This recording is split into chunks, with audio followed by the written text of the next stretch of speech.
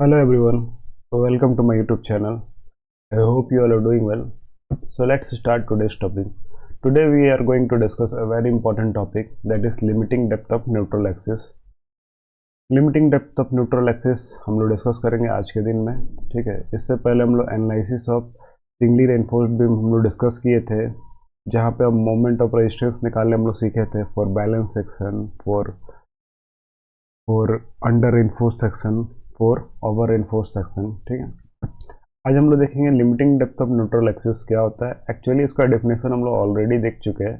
इसको हम लोग डिनोट करते हैं एक्सयू लिमिट से या फिर एक्सयू मैक्स से, ठीक है। एक होता है actual depth of neutral axis, एक होता है limiting depth of neutral axis या फिर maximum depth of neutral axis. तो actual depth of neutral axis हम लोग निकालने सीखे थे पिछले क्लास में, एक्सयू जो कि बोलते हैं, ठीक है। एक्सयू हो गया actual depth of neutral axis. तो वो हम लोग कैसे निकालते थे, C is equal to T करते थे, तो हम लोग निकाल लेते थे इससे, ठीक है। इस फॉर्मूले से compression force is equal to tension force करके इक्वेट करके एक्सयू का वैल्यू निकाल लेते थे, क्लियर। आज हम लोग देखेंगे limiting depth of neutral axis. तो limiting depth of neutral axis को हम लोग मैक्सिमम डेप्थ बोलते हैं न्यूट्रल एक्सिस का, ठीक है। Maximum depth of neutral axis भी बोला जाता है या फिर इसको limiting depth of neutral axis भी बोलते हैं। अब इसमें होता क्या है कि कंक्रीट जो है अपना मैक्सिमम परमिसिबल स्ट्रेन जो कि होता है 0.0035 ये अटेन कर लेता है और स्टील भी बिल्ड करने स्टार्ट कर देता है, मतलब अपना मैक्सिमम स्ट्रेन तक ये भी पहुंच जाता है। तो स्टील में मैक्सिमम स्ट्रेन कितना होता है, 0.87 Fy अपॉन ES प्लस 0.002। ये मैक्सिमम स्ट्रेस हो गया स्टील में, जैसा कि हम लोग देखे थे पिछला क्लास में भी और उससे पहले भी एजम्पशन में देखे थे कि मैक्सिमम स्ट्रेन स्टील में कितना हो सकता है। तो इतना हो सकता है 0.87 Fy अपॉन ES प्लस 0.002। यहाँ पे Fy हो गया यील्ड स्ट्रेस, ठीक है। ES हो गया modulus of elasticity of steel. Maximum strain in concrete हो गया 0.0035, क्लियर है। तो ऐसा केस जब कंक्रीट अपना मैक्सिमम, ये आपका स्ट्रेन डायग्राम है, लेट मी राइट इट, ठीक है। This one is the strain diagram. अब स्ट्रेन डायग्राम में हम देख रहे हैं कि तो लीनियरली वेरी कर रहा है, स्ट्रेट लाइन है यानी लीनियरली वेरी कर रहा है। तो मैक्सिमम स्ट्रेन कंक्रीट में क्या हो सकता है 0.0035। अब मैक्सिमम स्ट्रेन स्टील में, नीचे स्टील रहता है तो क्या हो सकता है, तो 0.002 प्लस 0.87 Fy अपॉन ES। तो ये दोनों अगर अपना मैक्सिमम स्ट्रेन में पहुंच जाए, यानी ये बैलेंस सेक्शन है, ठीक है, बैलेंस्ड सेक्शन। बैलेंस सेक्शन में क्या होता है कि दोनों अपना अल्टीमेट जितना उसका रेजिस्टेंस होता है वहां तक पहुंच जाता है, अल्टीमेट स्ट्रेंथ तक पहुंच जाता है। तो उस सेक्शन को क्या बोलते हैं, बैलेंस सेक्शन। मतलब कंक्रीट भी अपना मैक्सिमम स्ट्रेन में पहुंच गया, स्टील भी अपना मैक्सिमम स्ट्रेन में पहुंच गया, तो वैसा सेक्शन क्या हो गया, बैलेंस सेक्शन हो गया। मतलब दोनों एक साथ फेल करेगा। तो उस केस में जबकि स्ट्रेन डायग्राम है कुछ इस टाइप का होगा, तो उस समय जो डेप्थ होता है एक्सयू का, वो एक्सयू किसके बराबर होता है, एक्सयू जो है वो किसके बराबर होगा, एक्सयू मैक्स या फिर एक्सयू लिमिट के बराबर, दोनों सेम चीज़ है, ठीक है। एक्सयू मैक्स एक्सयू लिमिट दोनों सेम चीज़ है, क्लियर है। लिमिटिंग डेप्थ भी बोलते हैं, मैक्सिमम डेप्थ भी बोलते हैं ऑफ बैलेंस सेक्शन में जो आपका न्यूट्रल एक्सिस होता है का डेप्थ। ये बैलेंस सेक्शन में जो न्यूट्रल एक्सिस का डेप्थ होता है उसको क्या बोलते हैं, एक्सयू लिमिट यानी limiting depth of neutral axis या फिर X U max maximum depth of neutral axis, दोनों सेम चीज़ है, ठीक है। एक्सयू का भी वैल्यू एक्सयू मैक्स के बराबर होता है, एक्सयू लिमिट के बराबर होता है। मतलब actual depth of neutral axis किसके बराबर हो जाएगा, लिमिटिंग या फिर maximum depth of neutral axis के बराबर, ठीक है। किस केस में, तो बैलेंस सेक्शन में, सब केस में नहीं होता है, क्लियर है। ये भी हम लोग देखें अंडर रेनफोर्स में क्या होता है, अंडर रेनफोर्स में एक्सयू का वैल्यू छोटा रहता है एक्सयू लिमिट से, ओवर रेनफोर्स में एक्सयू का वैल्यू बड़ा रहता है एक्सयू लिमिट से। खाली बैलेंस सेक्शन होता है जिसमें X U is equal to X U limit या फिर एक्सयू मैक्स होगा, ठीक है। अब ये डायग्राम को देख के हम लोग इसमें सिमिलर सिमिलर ट्रायंगल का इक्वेशन लगाएंगे, सिमिलर ट्रायंगल प्रॉपर्टीज लगाएंगे। तो क्या होगा कि मैक्सिमम स्ट्रेन कंक्रीट में जो आया है 0.0035 अपॉन उसका डेप्थ यानी एक्सयू लिमिट, वो करेंगे maximum strain in concrete upon X U limit. उसके maximum strain in steel upon ये डिस्टेंस, तो ये डिस्टेंस क्या हो जाएगा, effective depth minus actual limit. यहाँ से यहाँ तक इफेक्टिव डेप्थ था, तो यहाँ से यहाँ तक क्या हो जाएगा, मतलब एक्स ये डिस्टेंस कितना हो जाएगा, डी माइनस एक्चुअल लिमिट। पिछले क्लास में भी हम लोग देखे effective depth minus actual limit, तो अपॉन क्या हो जाएगा, D minus actual limit. Further इसको सॉल्व करेंगे, क्रॉस मल्टीप्लाई करेंगे, तो ये पोर्शन ऊपर आएगा, ये वाला नीचे आ जाएगा। ठीक, तो ये आ गया। उसके फर्दर इसको सॉल्व किए तो actual limit is equal to आ जाएगा 700 upon 1100 plus 0.87 F Y into D. ठीक है, अब ये जो टर्म है पूरा 700 अपॉन 1100 प्लस 0.87 एफ वाई, इसको हम लोग के से डिनोट करते हैं। ठीक है, के से डिनोट करते हैं, यानी X U limit is equal to क्या हो गया, K D, where K is equal to 700 upon 1100 plus 0.87 F Y. अब यहाँ पे यही इक्वेशन लिखा हुआ है, actual limit is equal to K D where K is equal to 700 upon 1100 plus 0.87 F Y. अब यहाँ पे के है क्या आखिर में, तो के को बोलते हैं न्यूट्रल एक्सिस कांस्टेंट। ठीक है, न्यूट्रल एक्सिस कांस्टेंट बोला जाता है, और ये डिपेंड करता है ग्रेड ऑफ स्टील पे ऑब्वियसली। यहाँ पे देखिए एफ वाई पे डिपेंड कर रहा है, बाकी सब तो कांस्टेंट टर्म है, एफ वाई खाली वेरिएबल है जिसको बोलेंगे ग्रेड ऑफ स्टील या फिर यील्ड स्ट्रेस ऑफ स्टील। ठीक है, एफ वाई क्या हो गया, yield stress of steel, yield strength of steel. अब अलग अलग रहता है आपका स्टील, माइल्ड स्टील है तो एफ ई 250 हो गया, यानी एफ वाई का वैल्यू क्या हो गया 250 मेगा पास्कल या 250 न्यूटन पर एम एम स्क्वायर। ठीक है, अगर H Y S D bar है, high yield strength deformed bars, तो उसके इसमें 415 हो जाएगा एफ वाई का वैल्यू, 415 मेगा पास्कल या फिर 415 न्यूटन पर एम एम स्क्वायर। अगर एफ ई 500 है, इसका मतलब उसका यील्ड स्ट्रेस एफ वाई का वैल्यू क्या हो गया 500 मेगा पास्कल या 500 न्यूटन पर M M square. E S हो गया modulus of elasticity of steel, जो किसके बराबर होता है 2 इंटू 10⁵ मेगा पास्कल। ये वैल्यू हम लोग पुट किए थे जस्ट ऊपर। यहाँ पे देखिए, यहाँ पे 0.87 F Y upon E S था, तो ई एस की जगह 2 इंटू 10⁵ हम लोग पुट कर दिए थे। ठीक है, तो ये modulus of elasticity of steel का वैल्यू है 2 इंटू 10⁵ मेगा पास्कल। क्लियर। अब अगर हम हर स्टील के लिए रख के देख ले, इतना बड़ा इक्वेशन के जगह डायरेक्ट इसको हम लोग सिंप्लीफाई कर दें, तो एक्चुअल लिमिट अगर यहाँ पे एफ वाई की जगह बारी बारी हम लोग रख दें, ठीक है, actual limit is equal to K D तो होता ही है, तो के का वैल्यू क्या हो गया 700 upon 1100 plus 0.87 F Y into D हो जाएगा, यही हो गया एक्चुअल लिमिट। तो ये बार बार बड़ा इक्वेशन से अच्छा है कि हम लोग, अब हम लोग पास तो तीन ही ग्रेड का स्टील है जो कि हम लोग जनरली यूज़ करते हैं, तो अगर एफ ई 250 यूज़ कर रहे हैं यानी माइल्ड स्टील यूज़ कर रहे हैं, तो उस केस में एफ वाई का वैल्यू क्या हो जाएगा 250 हो जाएगा। तो हम लोग पुट करेंगे, तो X U limit is equal to कितना होना चाहिए 700 upon 1100 plus 0.87 into F Y की जगह वैल्यू क्या पुट कर देंगे 250 इंटू डी।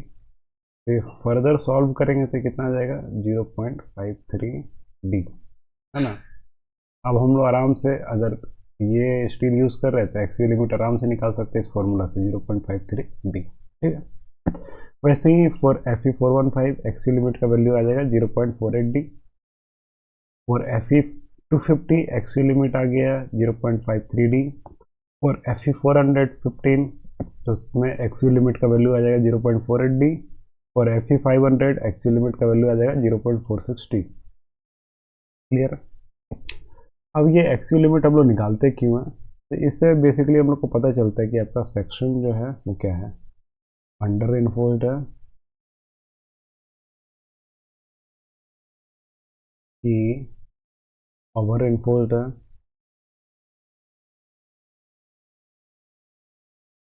कि बैलेंस सेक्शन है, ये हम लोग को पता चलता है। ठीक है, अब ये जानना क्यों जरूरी है, क्योंकि ये तीनों जो है, अब जैसे ओवर इन्फोर्स्ड आता है तो इसको हम लोग रीडिज़ाइन करेंगे। ये भी मतलब कि ओवर इन्फोर्स सेक्शन हम लोग डिज़ाइन नहीं कर सकते, हम लोग का आईएस कोड परमिट नहीं करता है कि आप ओवर इन्फोर्स सेक्शन डिज़ाइन कीजिए। तो हम लोग का आईएस कोड क्या है, IS 456/2000, तो वो परमिट नहीं करता है ओवर इन्फोर्स सेक्शन, ये आप ये डिज़ाइन नहीं कर सकते हैं। तो अंडर इन्फोर्स्ड के लिए फार्मूला अलग है, बैलेंस सेक्शन में हम लोग दोनों फार्मूला से यूज़ कर सकते हैं, मतलब मोमेंट ऑफ रेजिस्टेंस निकाल सकते हैं। बेसिकली हम लोग को एनालिसिस में मोस्ट इम्पॉर्टेंट यही है कि मोमेंट ऑफ रेजिस्टेंस निकालें, तो मोमेंट ऑफ रेजिस्टेंस आराम से निकाल पाएंगे। अब पूरा जब हम लोग थ्योरी देख लिए तो अब हम लोग कुछ कुछ एक्सपेक्टेड न्यूमेरिकल देखेंगे, ठीक है। Expected numericals,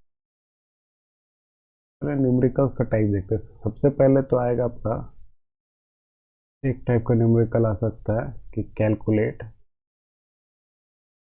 moment of resistance, MOR। MOR मतलब मोमेंट ऑफ रेजिस्टेंस फाइंड करना है, ठीक है।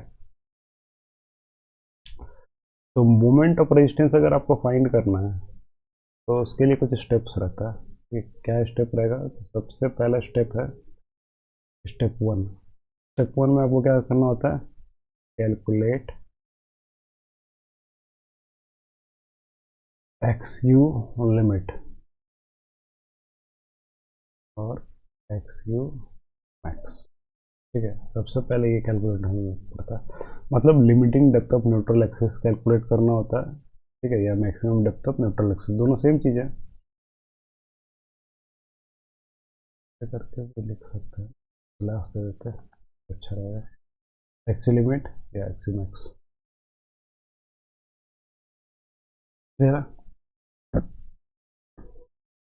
तो ये निकालना काफ़ी इजी है, limiting depth of neutral axis या maximum depth of neutral axis, तो ये डिपेंड करता है कि आपका FE 250 हम लोग देख रहे हैं कि FE 415 यूज़ कर रहे हैं कि FE 500। तो एक्सयू लिमिट का वैल्यू जो है आराम से हम लोग को पता चल जाएगा। और 250 कितना है, 0.53 डी, और 415 है 0.48 डी, और 500 इट्स 0.46 डी। तो इजीली हम लोग एक्सयू लिमिट का वैल्यू निकाल सकते हैं, ठीक है। तो पहला स्टेप आपका यही हो गया, कैलकुलेट एक्सयू लिमिट। फिर नेक्स्ट आता है आपका स्टेप 2। स्टेप 2 में हम लोग को निकालना होता है कैलकुलेट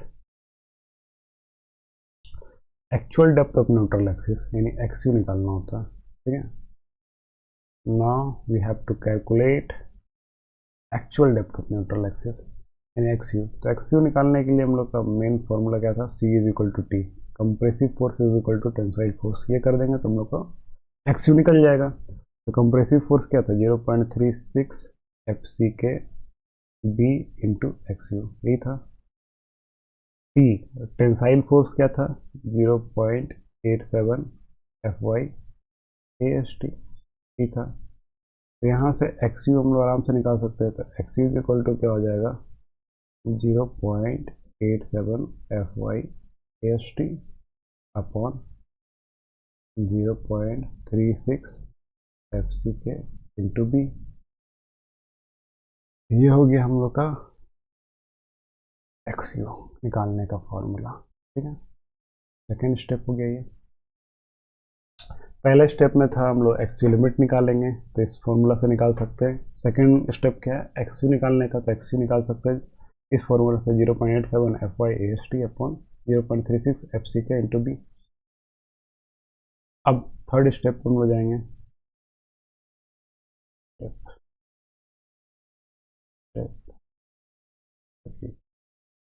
चलिए, मेरा राइटिंग अच्छा है पर ये पेन टेप उतना अच्छे से काम नहीं कर रहा। स्टेप 3 में क्या करते हैं हम लोग, कंपेयर करते हैं, ठीक है। कंपेयर करेंगे XU एट XU लिमिट को, ठीक है। क्यों कंपेयर करते हैं, तभी हम लोग को पता चलेगा हम लोग का सेक्शन क्या है, अंडर इन्फोर्स्ड है, ओवर इन्फोर्स्ड है कि बैलेंस सेक्शन है। अगर XU is equal to XU limit आ गया यानी बैलेंस सेक्शन हो जाएगा, ठीक है। यानी ये क्या हो जाएगा, balance section.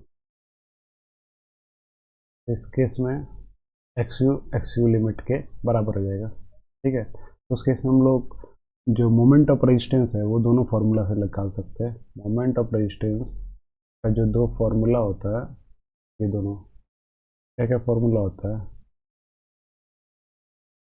C is equal to moment of resistance in compression, MOR in compression 0.36 FCK B into XU फिर D माइनस 0.42 से भी निकाल सकते हैं। यहाँ पे XU की जगह क्या हो जाएगा, XU लिमिट हो जाएगा। ठीक है, XU की जगह क्या हो जाएगा, XU लिमिट हो जाएगा, क्योंकि XU और XU लिमिट सेम है। ठीक है, ये मोमेंट ऐसे तो दोनों सेम ही है। टेंशन में क्या हो सकता है, 0.87 FY AST D minus 0.42 XU। Clear है, इज इट क्लियर। तो ये दोनों फॉर्मूला से हम लोग निकाल सकते हैं। ठीक है, लास्ट में होता है आपका बैलेंस सेक्शन हो गया। फिर हो सकता है, let me change the colour, XU अगर ग्रेटर देन है XU लिमिट से, तो ये क्या हो जाएगा, ओवर एनफोर्स्ड।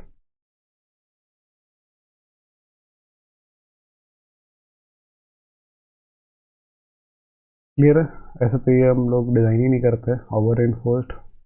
लेकिन यहाँ पे भी अब XU अगर ग्रेटर भी है XU लिमिट से, तो भी हम लोग XU लिमिट ही मैक्सिमम वैल्यू लेंगे, क्योंकि हम लोग कोड बोलता है, ठीक है, हम लोग कोड IS 456 बोला गया है इसको, XU लिमिट ही आपका maximum depth of neutral axis है। ठीक है, इससे ज़्यादा हम लोग नहीं सकते। मतलब कि ये हम लोग अगर ये फॉर्मूला लगाएंगे for over reinforce beam, over reinforce में मतलब कि रेनफोर्समेंट जो है आपका ज़्यादा डाला हुआ है, जिसका मतलब कंक्रीट ही फेल करेगा, यानी ब्रिटल फेल्योर होगा।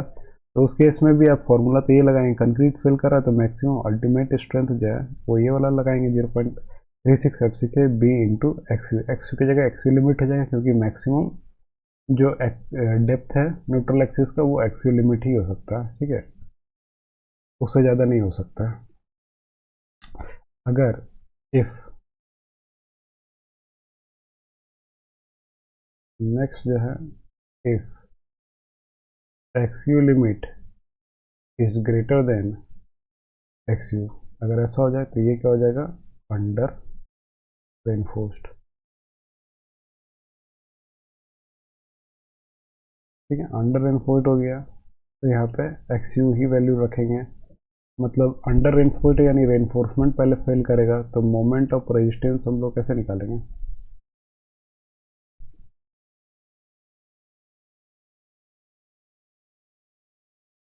टेंशन में निकालेंगे ऑब्वियसली। तो ये क्या हो जाएगा, 0.87 FY AST T minus 0.42 XU limit होगा कि XU होगा, XU होगा ऑब्वियसली। ठीक है, क्योंकि XU जो है आपका छोटा XU लिमिट से, तो उस केस में मोमेंट ऑफ रेजिस्टेंस हम लोग निकालेंगे ऐसे। ठीक, मतलब अंडर रेनफोर्स सेक्शन को अगर छोड़ दें तो बाकी सब में XU लिमिट यूज़ करना है, खाली अंडर रेनफोर्स में आप XU लिमिट की जगह XU खाली यूज़ करेंगे। क्लियर, तो ये हो गया स्टेप पूरा, जिसके थ्रू हम लोग क्या करेंगे, निकाल ये कोई भी क्वेश्चन को बना सकते हैं। तो एक क्वेश्चन आइए हम लोग देखते हैं। ठीक है, ये तरीका हो गया जिससे हम लोग कोई भी न्यूमेरिकल बना पाएंगे। तो एक क्वेश्चन हम लोग डिस्कस करते हैं। Find the moment of resistance of a beam. We write the question. Find the moment of resistance of a beam. Okay, beam का साइज दे दिया है 250 into 500 mm effective, reinforced on tension side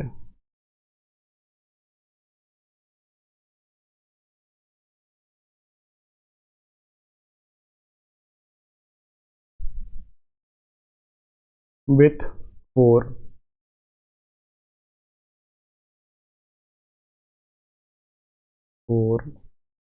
20 mm dia bars. Assume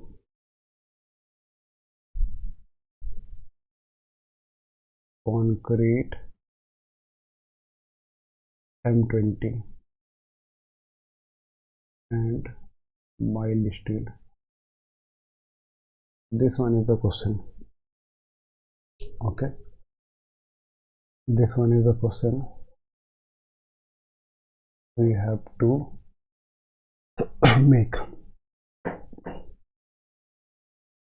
Sorry for the writing. Actually थोड़ा problem इसमें है पेंटेम में. Find the moment of resistance of a beam.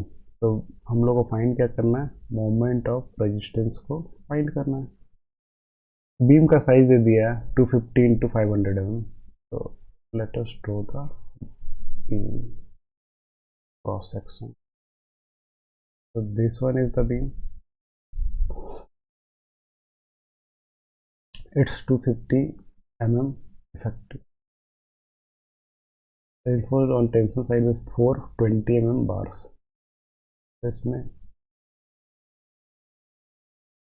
और जो है आपका 20 mm बार है. 1 2 3 4 4 बार हम लोग यूज़ कर लिए हैं.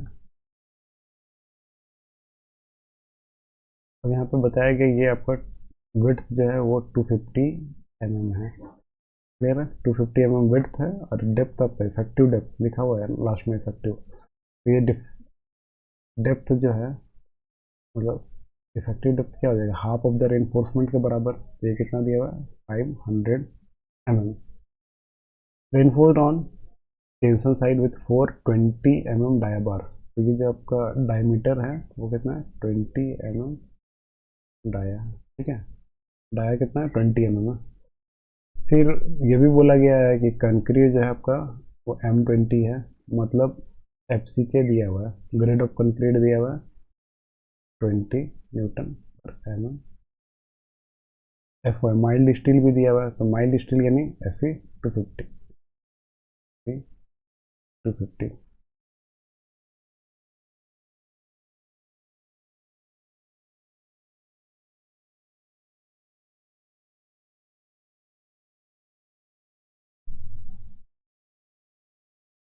माइल्ड स्टील यानी FE 250 यूज़ किए तो FY क्या हो जाएगा 250 न्यूटन पर mm स्क्वायर.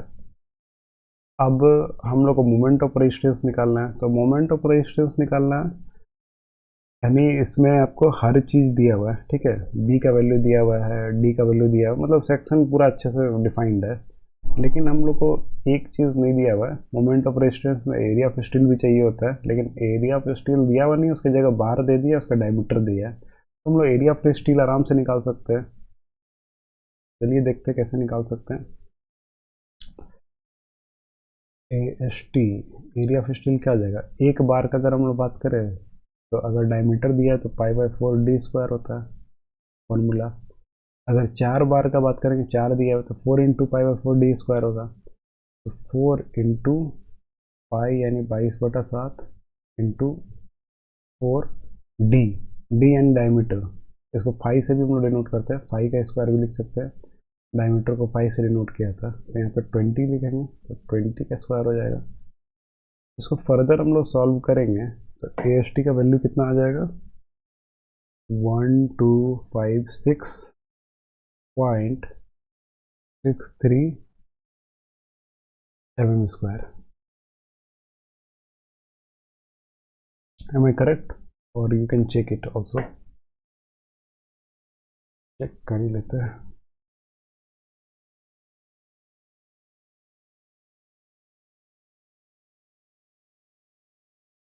तो अब हम लोग को सब पता है, बी का वैल्यू पता है, बी भी पता है हम लोग को, डी भी पता है, इफेक्टिव डेप्थ भी पता है, FCK का वैल्यू पता है, FY का वैल्यू पता है. ठीक है, AST का वैल्यू पता है. यानी अब हम लोग को ये सब चीज़ पता है तो हम लोग ईजिली कैलकुलेट कर सकते हैं मोमेंट ऑफ रेजिस्टेंस. तो जैसे हम लोग का स्टेप होता था वैसे ही हम लोग 1 बाय 1 क्या करेंगे, फॉलो करेंगे. हम लोग को चाहिए था उतना डाटा हम लोग को मिल गया. तो सबसे पहला स्टेप क्या था, एक्स यू लिमिट फाइंड करना था, एक्स यू लिमिट फाइंड करना था, यहाँ पे माइल्ड स्टील है, यानी X U limit equal to क्या हो जाएगा 0.53 डी। ये एफ ई 250 के लिए होता था, तो 0.53 इंटू डी, डी का वैल्यू क्या है, इफेक्टिव डेप्थ हो गया 500, ये आ जाएगा करीब 265 mm।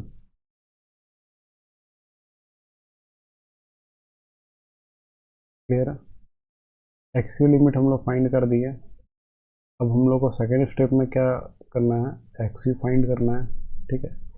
तो एक्स यू इक्वल टू क्या होता था, सी इक्वल टू टी करते थे, तब हम लोग को पता चल जाता था, यानी 0.87 F Y A S T upon, sorry, upon क्या हो जाएगा 0.36 एफ सी के बी इंटू बी। अब इसमें आप पुट करेंगे तो आपको एक्स यू का वैल्यू पता चल जाएगा 0.87 एफ वाई हम लोग पास क्या था 250, ए एस टी का वैल्यू अभी जस्ट निकाले 1256.63 अपॉन 0.36, एफ सी के का वैल्यू क्या है 20 इंटू बी का वैल्यू 250। अब इस एक्स यू का वैल्यू क्या आ रहा है ये आप लोग कैलकुलेट कीजिए।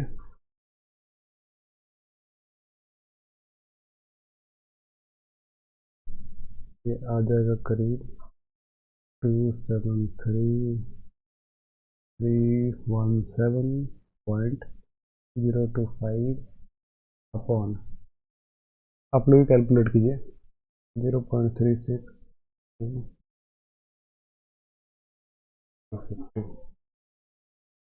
That is 300।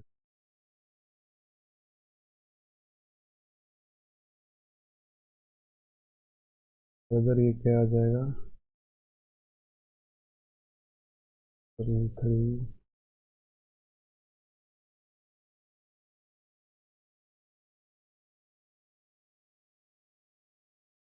ये आ गया 151.84 mm। अब ये mm में क्यों आ रहा है, ऑब्वियसली क्यों आ रहा है क्योंकि एफ वाई जो है आपका न्यूटन पर एम स्क्वायर में होगा, A S T M M square में होगा, ये भी न्यूटन पर एम एम स्क्वायर में होगा, और ये भी एम एम में होगा। न्यूटन पर एम एम स्क्वायर न्यूटन पर एम एम कट गया, एम एम से एम एम स्क्वायर एक कटेगा तो एम एम में आ जाएगा, ठीक है। तो ये क्या हो गया एक्स यू हो गया एम एम में। अब यहाँ तक हम लोग को पता चल गया, थर्ड स्टेप क्या था, कंपेयर करना था और मोमेंट ऑफ रेजिस्टेंस निकालना था। तो कंपेयर करेंगे तो एक्स यू लिमिट बढ़ा है कि एक्स यू बढ़ा है, ऑब्वियसली एक्स यू लिमिट बढ़ा है, यानी एक्स यू लिमिट जो है वो कितना है 265, एक्स यू कितना है 151.84, तो X U limit is greater than x you, ठीक है। ये कब होगा, जब अंडर रेनफोर्स्ड सेक्शन होगा। अंडर रेनफोर्स्ड सेक्शन में एक्स यू लिमिट हमेशा बड़ा होता है एक्स यू से, इसका मतलब हम लोग का पहले फेल कौन करेगा, तो आपका स्टील फेल करेगा। तो उस केस में मोमेंट ऑफ रेजिस्टेंस हम लोग जब निकालेंगे तो स्टील पहले फेल कर रहा है, तो क्या हो जाएगा moment of resistance 0.87 F Y A S T into D minus 0.42 X U, ये होता है। फर्दर इसको हम लोग क्या करेंगे, सॉल्व करेंगे। एफ वाई की जगह क्या हो जाएगा, एफ वाई का वैल्यू कितना था 250 था, ए एस टी का वैल्यू निकाले थे हम लोग 1256.63, डी क्या हो जाएगा, डी हो जाएगा 500 माइनस 0.42, एक्स यू का वैल्यू कितना आया था 151.84। तो फर्दर हम लोग सॉल्व करेंगे, ये कितना आ जाएगा, मोमेंट ऑफ रेजिस्टेंस आ जाएगा 119,228,321 न्यूटन एम, ठीक है। ये आ गया आपका न्यूटन एम में मोमेंट ऑफ रेजिस्टेंस। फर्दर इसको अगर हम लोग किलो न्यूटन मीटर में अगर हम लोग इसको चाहें तो डिवाइड बाई 10⁻6 से करना पड़ेगा, तो ये आ जाएगा आपका 119.22 इंटू 10⁻6 किलो न्यूटन मीटर। ठीक है, न्यूटन को किलो न्यूटन में चेंज किए तो 10⁻3 से डिवाइड किए, फिर को मीटर में चेंज किए तो 10⁻3 से डिवाइड किए, तो ये टोटल कितना आ जाएगा, moment of resistance 119.22 into 10⁻6 kilometre पर मीटर, किलो न्यूटन मीटर। ठीक है, so this one is a simple numerical from singly reinforced beam. I hope you liked the lecture. Thank you so much. This is all for today. Kindly like and subscribe my channel to get more videos like this. Okay.